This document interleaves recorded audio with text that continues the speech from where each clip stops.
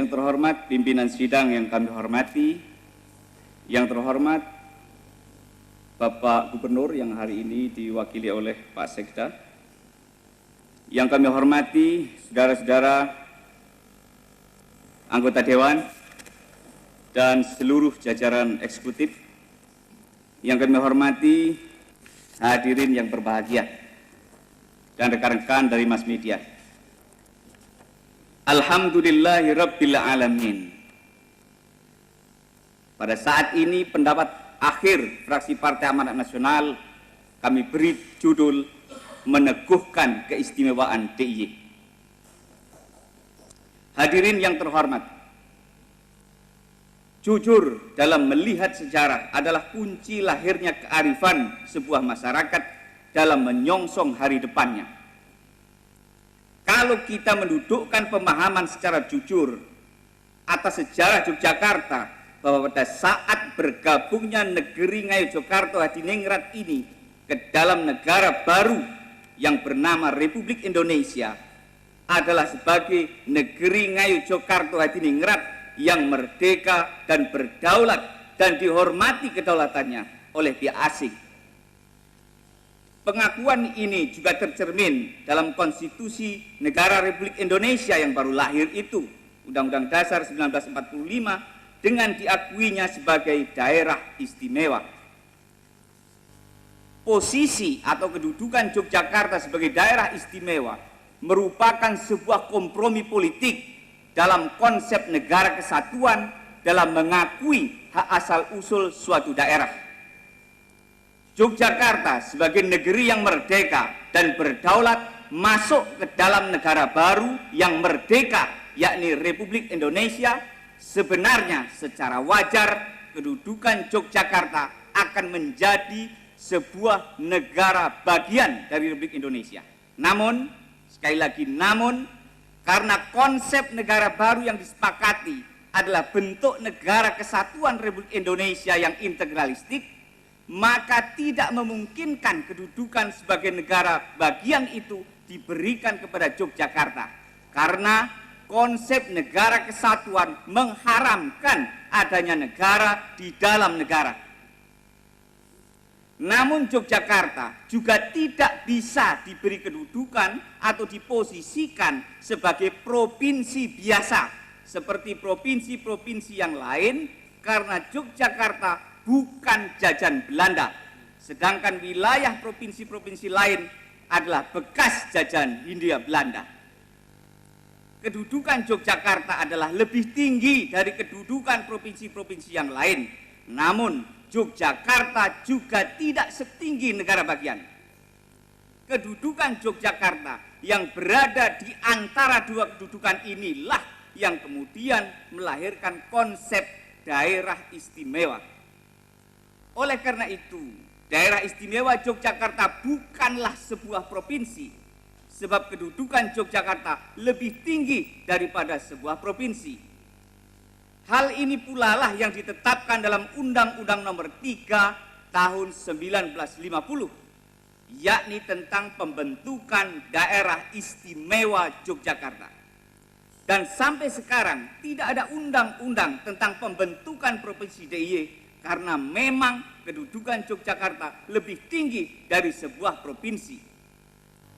Jikapun dalam Undang-Undang Nomor 3 Tahun 50 dinyatakan DIY adalah setingkat provinsi, namun ini bukan berarti sebagai pembentukan sebuah provinsi, tetapi sekali lagi sebagai sebuah kompromi administrasi ketatanegaraan dalam konsep negara kesatuan, bahwa setelah pemerintah pusat, maka secara administratif setingkat di bawahnya adalah pemerintahan setingkat provinsi.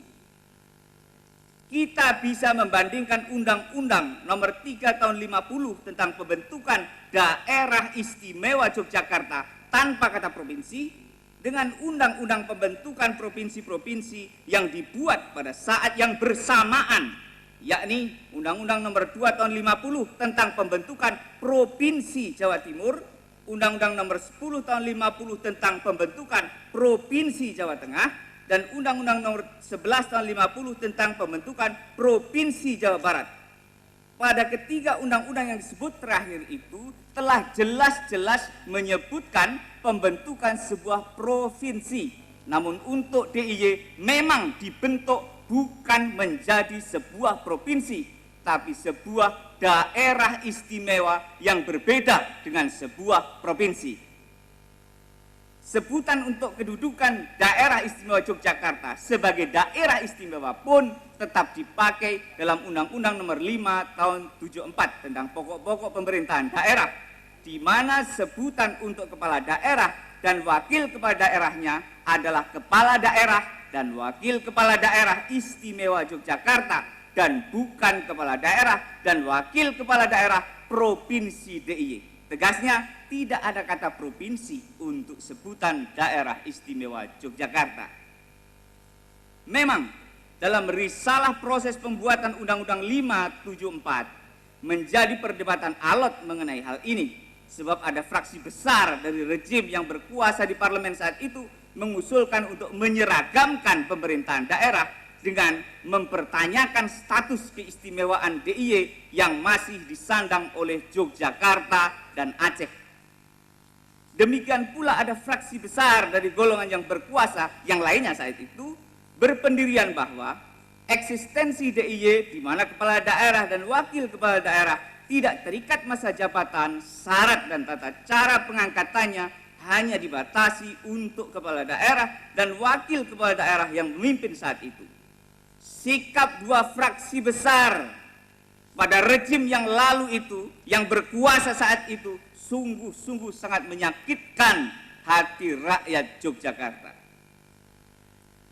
Tidak hanya sampai di situ, cara-cara yang digunakan rejim masa lalu untuk mengacaukan kedudukan keistimewaan DIY, yakni setelah gagal menyeragamkan sebutan DIY menjadi provinsi dalam Undang-Undang 574, maka pemerintah pusat menerbitkan Instruksi Menteri Dalam Negeri Nomor 26 Tahun 74 tanggal 11 Oktober 74 tentang pelaksanaan Undang-Undang 574 tentang pokok-pokok pemerintahan daerah. Dalam Instruksi Menteri Dalam Negeri inilah daerah istimewa Yogyakarta dipaksa, sekali lagi dipaksa menjadi provinsi daerah istimewa Yogyakarta. Menanggapi instruksi menteri ini, reaksi bermunculan baik dari eksekutif maupun legislatif saat itu. Wakil Kepala Daerah Sri Paduka Paku Alam ke-8 secara resmi mengirimkan surat kepada Mendagri pada tanggal 22 September tahun 77 yang isinya meminta kepada pemerintah pusat agar sebutan untuk DIY tetap, yakni Daerah Istimewa Yogyakarta tanpa kata provinsi, dan sebutan kepala daerah DIY tanpa kata gubernur. Menanggapi surat wakil kepala daerah DIY tersebut, Menteri Dalam Negeri Amir Mahmud menjawab yang isinya tidak ada perubahan apapun atas instruksi Menteri Dalam Negeri nomor 26 tahun 74 itu. Melihat gelagat pemerintah pusat yang dipandang secara sistematis ingin menghapus keistimewaan DIY yang antara lain ditunjukkan dengan surat jawaban Menteri Dalam Negeri atas surat Wakil Kepala Daerah Istimewa Yogyakarta tersebut, maka DPRD Daerah Istimewa Yogyakarta membentuk panitia khusus tentang sebutan dan kedudukan Daerah Istimewa Yogyakarta. Terbaca jelas bahwa dalam rancangan keputusan DPRD yang dibahas oleh Pansus, bahwa DPRD DIY waktu itu berusaha untuk mempertahankan sebutan Daerah Istimewa Yogyakarta tanpa embel-embel provinsi. Dan keputusan itu akhirnya dikirimkan kepada Presiden Republik Indonesia saat itu. Dan sampai sekarang tidak ada jawabannya. Demikianlah sekelumit sejarah politik yang harus diketahui oleh rakyat Yogyakarta, sehingga rakyat secara jelas dan gamblang dapat mengetahui siapa sebenarnya yang mengonggres-onggres keistimewaan DIY ini sejak tahun-tahun yang lalu. Jawabannya tentu bukan partai-partai yang ada sekarang ini. Oleh karena itu, sudah saatnya Yogyakarta kembali ke khitahnya, yakni jati dirinya sebagai daerah istimewa dan bukan provinsi. Dan seluruh produk hukum, daerah, dan administrasi pun sudah semestinya dihilangkan kata provinsinya dan kata gubernurnya. Yang perlu menjadi khidmat kita pada saat ini adalah bahwa masyarakat Yogyakarta sedang mengalami kontraksi sejarah yang sangat fundamental, yakni adanya aspirasi pemilihan gubernur yang ahistoris berhadapan dengan aspirasi penetapan gubernur yang demokratis. Hampir seluruh bangsa di dunia ini yang telah memiliki sejarah masa lalu yang panjang telah menetapkan pilihannya, yakni dengan mencari senyawa politik atau political chemistry yang paling mungkin dengan tanpa menisbikan salah satu unsur, baik itu unsur historis maupun unsur demokratisnya. Membenturkan dua fakta pemikiran itu merupakan perilaku yang infantil demokrasi atau demokrasi yang kurang dewasa.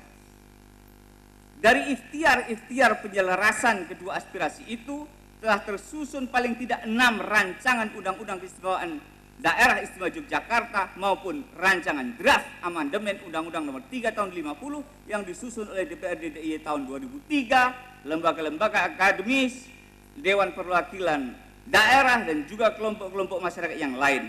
Namun seluruh rancangan draft RUUK dan draft rancangan amandemen Undang-Undang 350 yang telah dibuat selama ini terjebak pada bingkai pemikiran yang tidak tepat, yakni bingkai pemikiran yang meletakkan daerah istimewa Yogyakarta sebagai provinsi DIY yang sejajar sama rata dengan provinsi-provinsi lain di Indonesia. Bingkai pemikiran yang demikian jelas telah menimbulkan kekacauan struktural pemerintahan dan politik ketika harus mendudukkan posisi sultan dan wakualam dan posisi kepala daerah dan posisi gubernur, terutama menyangkut kewenangan desentralisasi dan dekonsentrasi. Hadirin yang berbahagia, dari perjalanan sejarah ketatanegaraan kita yang dapat kita telusuri lewat produk yuridis yang telah dibuat oleh pemerintah pusat di Jakarta, maka kita akan menemui kenyataan bahwa adanya sebuah alur pemikiran pemerintah pusat yang selanjutnya kami sebut dengan logika Jakarta. Sekali lagi saya sebut dengan logika Jakarta yang tidak sejalan dengan alur pemikiran yang hidup di tengah masyarakat Yogyakarta yang selanjutnya kami sebut logika Yogyakarta. Titik tolak persimpangan logika Jakarta dengan logika Yogyakarta itu adalah konsistensi pemaknaan Undang-Undang Nomor 3 Tahun 50 di mana bagi masyarakat daerah istimewa Yogyakarta atau dalam logika Yogyakarta, keistimewaan DIY itu bersifat final dan berlaku sepanjang masa, yang ditandai dengan kedudukan Sultan Hamengkubuwono dan Paku Alam sebagai kepala daerah dan wakil kepala daerah istimewa Yogyakarta. Namun logika Jakarta berkata lain, yakni pemerintah pusat menerbitkan Undang-Undang Nomor 18 Tahun 1965 yang undang-undang ini banyak menyelip di Yogyakarta sehingga tidak terbaca oleh masyarakat. Pemerintah pusat menerbitkan Undang-Undang Nomor 18 Tahun 1965 tentang pokok-pokok pemerintahan daerah, di mana pada penjelasan pasal 1 dan 2 dinyatakan bahwa daerah yang bersifat istimewa disebut daerah istimewa. Karena itu maka sebutan daerah istimewa Yogyakarta dan sebutan daerah istimewa Aceh berlaku terus hingga dihapuskan atau diganti dengan peraturan-peraturan perundangan yang sah. Pada saatnya diharapkan bahwa status dan sifat keistimewaan dari Yogyakarta dan Aceh akan dihapus. Sekali lagi, ini logika Jakarta yang kita temui dalam undang-undang. Logika Jakarta ini berjalan terus hingga Undang-Undang Nomor 5 Tahun 74 dan dikebiri dengan Instruksi Mendagri Nomor 26 Tahun 74 yang kami sebutkan di atas. Daerah Istimewa Yogyakarta sekali lagi dipaksa dengan instruksi Menteri Dalam Negeri itu menjadi daerah istimewa Yogyakarta yang menyimpangi dari Undang-Undang Nomor 3 tahun 50. Demikian hanya dengan daerah istimewa Aceh. Dengan tegas telah dihapuskan namanya dalam Undang-Undang Nomor 18 tahun 2001 tentang otonomi khusus bagi Provinsi Daerah Istimewa Aceh menjadi Provinsi Nanggroe Aceh Darussalam. Jadi Aceh sesuai dengan logika yang awal sekarang sudah ganti, bukan daerah istimewa lagi, tapi daerah khusus. Pertanyaan kita sekarang adalah, apakah logika Jakarta ini akan diberlakukan juga bagi daerah istimewa Yogyakarta saat ini? Tentu kita semua, seluruh rakyat daerah istimewa Yogyakarta akan menolak logika Jakarta ini. Dan kita tetap konsisten dalam logika Yogyakarta kita, di mana keistimewaan DIY itu bersifat final dan sepanjang masa. Hadirin yang terhormat, kita tentu sepakat untuk tetap konsisten dengan mempertahankan logika Yogyakarta kita dan menolak logika Jakarta. Yang perlu kita pikirkan secara mendalam adalah bagaimana memperjuangkan logika Yogyakarta itu secara tepat dan bertanggung jawab. Sebab sampai saat ini paling tidak ada dua strategi, dua metode bahkan yang dipakai oleh masyarakat Yogyakarta, yang kadang-kadang satu sama lain justru saling melemahkan, bahkan tidak jarang saling salah paham. Dipahami ingin menghilangkan keistimewaan dan sebagainya. Padahal itu hanya masalah metode, masalah strategi. Strategi pertama adalah strategi yang saat ini paling keras disuarakan, yakni strategi yang bersifat tertutup, mengisolasi diri, dan cenderung menolak dialog-dialog secara intelektual. Strategi ini tidak berusaha membangun reasoning atau alasan-alasan intelektual secara bertanggung jawab, namun cenderung bertumpu pada strategi pokoknya, kata orang Jawa. Sedangkan strategi kedua adalah strategi mempertahankan keistimewaan Yogyakarta yang bersifat dinamis, adaptif. Strategi ini terbuka terhadap pemikiran demokratis yang tidak menghilangkan substansi keistimewaan daerah istimewa Yogyakarta. Strategi ini juga sangat mempertimbangkan dinamik dialektiknya sejarah dan arus besar semangat zaman umat manusia. Di dalam strategi yang dinamis adaptif inilah terletak kekuatan yang akan mampu menjadi pilar untuk mempertahankan keistimewaan DIY sepanjang masa.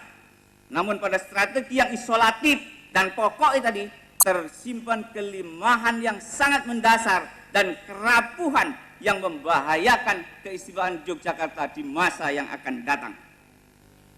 Hadirin yang terhormat, akhirnya sampailah kami pada persetujuan atas hasil Pansus BA 9. Maka dengan ini fraksi PAN sambil menunggu kepastian hukum dari pemerintah pusat sebagai masa transisi ini, fraksi PAN menyetujui pengisian jabatan gubernur dan wakil gubernur daerah istimewa Yogyakarta 2008-2013 dengan pengangkatan kembali Sri Sultan Hamengkubuwono ke-10 dan Sri Pakualam ke-9, dan mendesak pemerintah pusat untuk segera menyusun Undang-Undang Keistimewaan Yogyakarta sebagai kepastian hukum bagi daerah istimewa Yogyakarta, dan mohon untuk segera ditetapkan menjadi keputusan DPRD. Sekian, Assalamualaikum warahmatullahi wabarakatuh. Dan saudara, demikian tadi pandangan akhir yang